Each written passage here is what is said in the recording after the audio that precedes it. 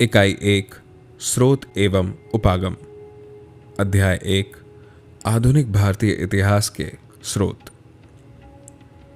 भारतीय इतिहास लेखन ने भारत में यूरोपियों के आगमन के साथ न केवल उपागम, उपचार और तकनीक में अपितु ऐतिहासिक साहित्य की मात्रा में भी प्रबल परिवर्तन को अनुभव किया।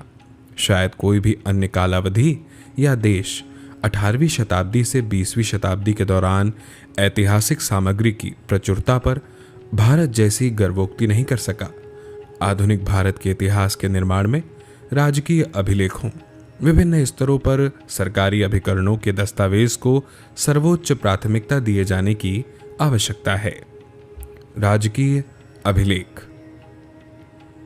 ईस्ट इंडिया कंपनी के अभिलेखों ने 1600 से 1857 की कालावधि के दौरान व्यापार दशाओं का विस्तृत वर्णन प्रदान किया। यह सत्य है कि ब्रिटेन की वाणिज्य कंपनी ने हजारों मील दूर एक बड़े क्षेत्र पर अपनी राजनीतिक सर्वोच्चता स्थापित की, जिसके लिए एक प्रकार के प्रशासन की आवश्यकता थी जो पूरी तरह कागजों पर था। प्रत्येक नीति लिखित में होती थी और प्रत्येक व्यवसाय एवं लेन देन प्रेषण, परामर्श एवं कार्रवाई गुप्त पत्रों एवं अन्य पत्राचार के माध्यम से होता था, जिसके परिणाम स्वरूप कल्पनातीत मात्रा में ऐतिहासिक सामग्री में वृद्धि हुई। राजकीय अभिलेख निदेशक मंडल और बोर्ड ऑफ कंट्रोल से संबद्ध अभिलेखों के अलावा जिले से लेकर सर्वोच्च सत्ता तक प्रशासन के सभी स्तरों को शामिल करते थे। जब ब्रिटिश महारानी यानी क्राउन ने भारतीय प्रशासन संभाला तो इसने भी बड़ी मात्रा में विभिन्न तरीकों के राजकीय अभिलेख सुरक्षित रखे। इन अभिलेखों का परीक्षण करके हम चरणवार प्रत्येक मुख्य घटना एवं विकास को समझ सकते हैं और नीति निर्माताओं के मनोविज्ञान समेत निर्णयन की प्रक्रिया का अनुगमन कर सकते हैं। इन अभिलेखों के अलावा अन्य यूरोपियन ईस्ट इंडिया कंपनियों, पुर्तगाली, डच एवं फ्रांसीसी के अभिलेख भी 17वीं और 18वीं शताब्दियों के इतिहास सृजन हेतु उपयोगी हैं। प्राथमिक तौर पर ये आर्थिक इतिहास की दृष्टि से महत्वपूर्ण है, लेकिन राजनीतिक व्यवस्था के बारे में भी इनसे काफी कुछ प्राप्त किया जा सकता है। अन्य स्रोत।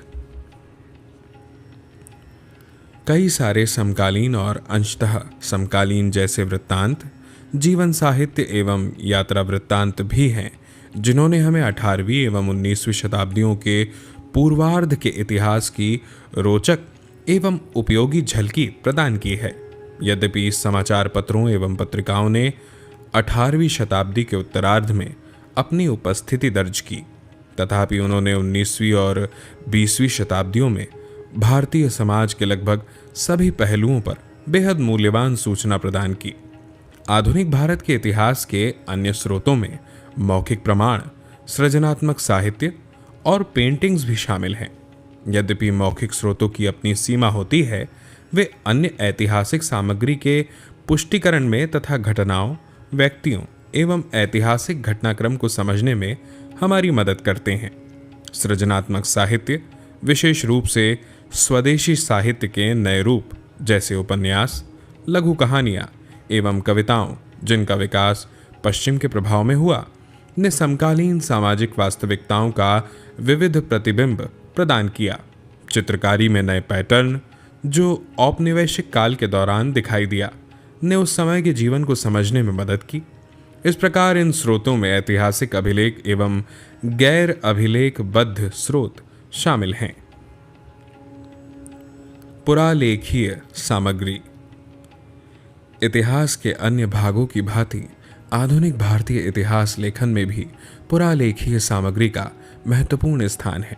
पुरालेखीय सामग्री ऐसे दस्तावेज हैं जिन्हें कोई संगठन, लोक प्राधिकारी, संस्था, व्यवसाय या परिवार अपने कार्यों के दौरान तैयार करता है और जिन्हें तत्पश्चात वर्ती ऐतिहासिक अनुसंधान या भविष्य के कार्यों के नियोजन में संदर्भ के लिए उनके अधिकारों और गतिविधियों के प्रमाण के तौर पर सुरक्षित रखा जाता है। व्यापक तौर पर आधुनिक काल के लिए राजकीय अभिलेखों की 4 श्रेणियां हैं। पहली, केंद्र सरकार के पुरालेख। दूसरी, राज्य सरकार के पुरालेख। तीसरी मध्यवर्ती एवं अधीनस्थ प्राधिकरणों के अभिलेख और चौथी न्यायिक अभिलेख। इनके अतिरिक्त निजी अभिलेख एवं विदेशों में उपलब्ध अभिलेखीय स्रोत भी हैं। ब्रिटिश समय के कुछ प्रकाशित अभिलेख भी हैं जो आधुनिक भारतीय इतिहास के विद्यार्थियों के लिए मूल्यवान सूचना प्रदान करते हैं। केंद्र सरकार के पुरालेख। नई दिल्ली स्थित राष्ट्रीय अभिलेखागार भारत सरकार के अधिकतर पुरालेखों को सहेजता है। यह संग्रह 18वीं शताब्दी के मध्य से वर्तमान समय तक के आधुनिक भारत के सृजन हेतु अभिलेखों की अटूट श्रृंखला प्रदान करता है। लोक विभाग के अभिलेख 1773 के रेगुलेटिंग अधिनियम से संवैधानिक परिवर्तनों, केंद्रीकृत राज्य व्यवस्था के उदय और कंपनी के प्रशासनिक व्यवस्था के विकास के अध्ययन हेतु विस्तृत स्रोत सामग्री प्रदान करता है। इसके अतिरिक्त 1857 के पश्चात के प्रशासनिक एवं संवैधानिक विकास जैसे लोक सेवाओं का गठन, स्थानीय स्वशासन का प्रारंभ, भारतीयकरण की समस्या एवं प्रांतों का प्रादेशिक पुनर्गठन इत्यादि बेशकीमती सामग्री भी इस श्रृंखला में पाई जाती है। जेम्स रेनल की 1767 में प्रथम सर्वेयर जनरल ऑफ बंगाल के रूप में नियुक्ति के साथ भारत के अनजान क्षेत्रों एवं इसके सीमा क्षेत्रों का वैज्ञानिक रूप से मानचित्रण शुरू हुआ। भारतीय सर्वेक्षण के अभिलेखों एवं सर्वेयरों के जर्नल्स एवं वृत्तांतों ने केवल भौगोलिक अध्ययन के लिए अपितु समकालीन सामाजिक आर्थिक दशाओं और अन्य महत्वपूर्ण ऐतिहासिक तथ्यों के अध्ययन के लिए भी मूल्यवान सूचना प्रदान की है। लोक, न्यायिक एवं विधायी विभागों की कार्यवाहियों ने औपनिवेशिक सरकार की सामाजिक एवं धार्मिक नीतियों के अध्ययन हेतु पर्याप्त प्रमाण प्रदान किए हैं। रिफॉर्म कार्यालय के अभिलेख भारत में 1920 से 1937 के दौरान संवैधानिक विकास के विश्लेषणात्मक अध्ययन के लिए बेहद उपयोगी हैं। राज्य सरकारों के पुरालेख। राज्य के अभिलेखागारों में अभिलेखों 1. भूतपूर्व ब्रिटिश भारतीय प्रांतों, 2. भूतपूर्व राजसी राज्य जिन्हें 1947 के पश्चात भारतीय संघ में शामिल कर लिया गया, और 3. ब्रिटिश शासन के अतिरिक्त विदेशी प्रशासन से संबद्ध स्रोत सामग्री मिलती है। इसके अतिरिक्त उन भारतीय शक्तियों के अभिलेख जिन्हें ब्रिटिश शक्ति ने हथिया लिया और उनके क्षेत्र को ब्रिटिश क्षेत्र में मिला लिया, भी आधुनिक भारतीय इतिहास के लिए महत्वपूर्ण स्रोत सामग्री है। न्यायिक अभिलेख। न्यायिक अभिलेख भारत में न्यायिक प्रशासन के विकास का प्राथमिक प्रमाण प्रदान करते हैं। ये विभिन्न वर्गों के लोगों की सामाजिक आर्थिक दशा संबंधी महत्वपूर्ण जानकारी प्रदान करते हैं। फोर्ट सेंट जॉर्ज में मेयर के कोर्ट का पुरालेख 1689 ईस्वी के प्रारंभ पर सबसे पहले उपलब्ध न्यायिक पुरालेख है। अब यह मद्रास अभिलेख कार्यालय में है। फोर्ट विलियम में मेयर कोर्ट के प्लासी पूर्व 1757 अभिलेख नष्ट हो गए प्रतीत होते हैं, लेकिन 1753 से 1773 के वर्षों के अभिलेख, 1774 से 1861 के वर्षों के अभिलेख बंगाल के सर्वोच्च न्यायालय सहित कलकत्ता उच्च न्यायालय के अभिलेख कक्ष में रखे गए हैं। इसी प्रकार 1728 में बॉम्बे में स्थापित मेयर कोर्ट के अभिलेख महाराष्ट्र सचिवालय रिकॉर्ड ऑफिस में उपलब्ध है, जहां पर बॉम्बे अभिलेख न्यायालय एवं सुप्रीम कोर्ट के अभिलेख भी रखे गए हैं। ऐतिहासिक अनुसंधान के दृष्टिगत 3 प्रेसिडेंसियों के सदर कोर्ट, सदर दीवानी और फौजदारी अदालतें के न्यायिक अभिलेख बेहद उपयोगी हैं। इनसे संबंधित अभिलेखों को कलकत्ता, मद्रास एवं बॉम्बे उच्च न्यायालयों में सुरक्षित रखा गया है। प्रकाशित अभिलेख। प्रकाशित अभिलेखीय सामग्री आधुनिक भारत के इतिहास के सृजन हेतु बेहद महत्वपूर्ण सूचना स्रोत है। संसदीय पत्र अत्यधिक महत्वपूर्ण पुरालेखीय प्रकाशन होते हैं, जिसमें क्राउन के अंतर्गत ईस्ट इंडिया कंपनी और भारत सरकार के अभिलेखों से विपुल उद्धरण शामिल हैं। 1801 से 1907 के बीच जारी संसदीय पत्रों की सूची उपलब्ध है। राष्ट्रीय अभिलेखागार और विभिन्न राज्य अभिलेखागारों द्वारा जारी अभिलेख प्रकाशन आधुनिक भारतीय इतिहास के विद्यार्थियों के लिए अत्यधिक उपयोगी है। भारतीय एवं प्रांतीय विधानमंडलों की कार्यवाहियां, केंद्रीय एवं प्रांतीय सरकारों द्वारा प्रकाशित गजट और समय समय पर जारी विधियों एवं विनियमों का संग्रह भी ऐतिहासिक शोध हेतु उपयोगी सामग्री है। निजी पुरालेख। निजी अभिलेखों में व्यक्तियों एवं परिवारों से संबद्ध पत्र एवं दस्तावेज होते हैं जिन्होंने आधुनिक भारत, व्यवसाय और औद्योगिक निगमों तथा राजनीतिक, सामाजिक, धार्मिक, शैक्षिक एवं सांस्कृतिक गतिविधियों को समर्पित संस्थाओं, समाजों एवं संगठनों के विकास में महत्वपूर्ण भूमिका अदा की है। देश की शैक्षिक एवं सांस्कृतिक उन्नयन से संबद्ध समृद्ध सामग्री विश्वविद्यालयों एवं शैक्षिक संस्थानों के पुरालेखों में उपलब्ध हैं। बैंकों, व्यापार घरानों और चैम्बर ऑफ कॉमर्स के अभिलेख आर्थिक परिवर्तनों में अध्ययन में बेहद उपयोगी हैं। राष्ट्रवादी आंदोलन के प्रसिद्ध एवं प्रमुख नेताओं के पत्र तथा नई दिल्ली स्थित नेहरू मेमोरियल म्यूजियम एवं लाइब्रेरी में भारतीय राष्ट्रीय कांग्रेस जैसे संगठनों के अभिलेख भारतीय स्वतंत्रता संघर्ष के इतिहास के संवर्धन में अत्यधिक उपयोगी हैं। विदेशी संग्रहालयों की पुरालेख सामग्री। विदेशी संग्रहालयों में आधुनिक भारतीय इतिहास से संबंधित बड़ी मात्रा में ऐतिहासिक सामग्री है। उदाहरण के लिए यूरोपियन संग्रहालय में भारतीय महत्व की पुरालेखीय एवं पांडुलिपीय सामग्री एवं व्यापक विविध है।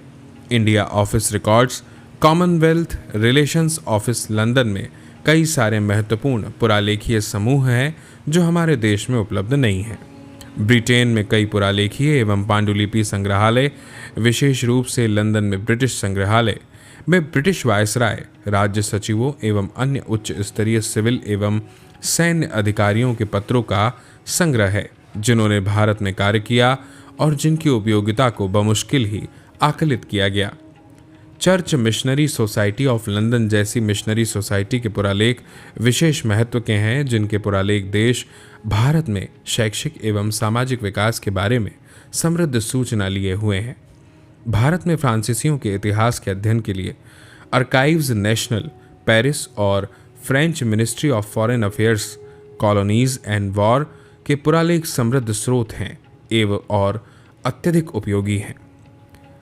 रिक्सरचीफ हैग में उपलब्ध डच ईस्ट इंडिया कंपनी के बड़ी मात्रा में अभिलेख भारत में डचों के वृहद इतिहास को लिखने के लिए पर्याप्त हैं।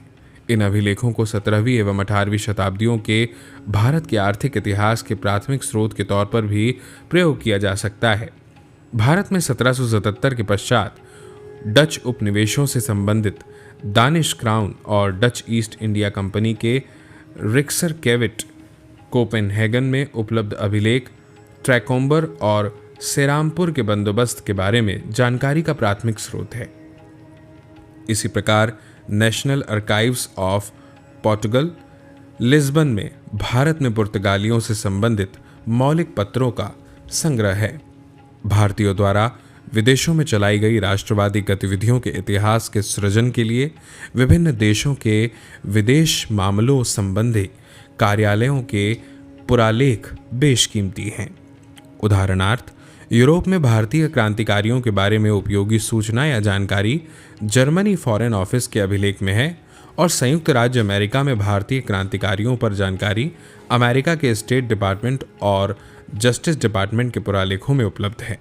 हालांकि आधुनिक भारतीय इतिहास के 1947 से पूर्व के बेहद महत्वपूर्ण और समृद्ध पुरालेख स्रोत अब पाकिस्तान में अवस्थित हैं। इन अभिलेखों में सबसे अधिक महत्वपूर्ण संग्रह लाहौर के वेस्ट पाकिस्तान रिकॉर्ड ऑफिस में है, जिसमें 1894 से पंजाब सरकार के अभिलेखों के अतिरिक्त 1804 से 1857 के दिल्ली रेसिडेंसी और विभिन्न राजनीतिक अभिकरणों के अभिलेख शामिल हैं जिन्होंने समामेलन पूर्व पंजाब में कार्य किया था। पेशावर में स्थित अभिलेख कार्यालय में 1849 से 1900 में पेशावर के कमिश्नर के अभिलेख और 1901 से उत्तर पश्चिम सीमा के प्रांतों के अभिलेख उपलब्ध हैं।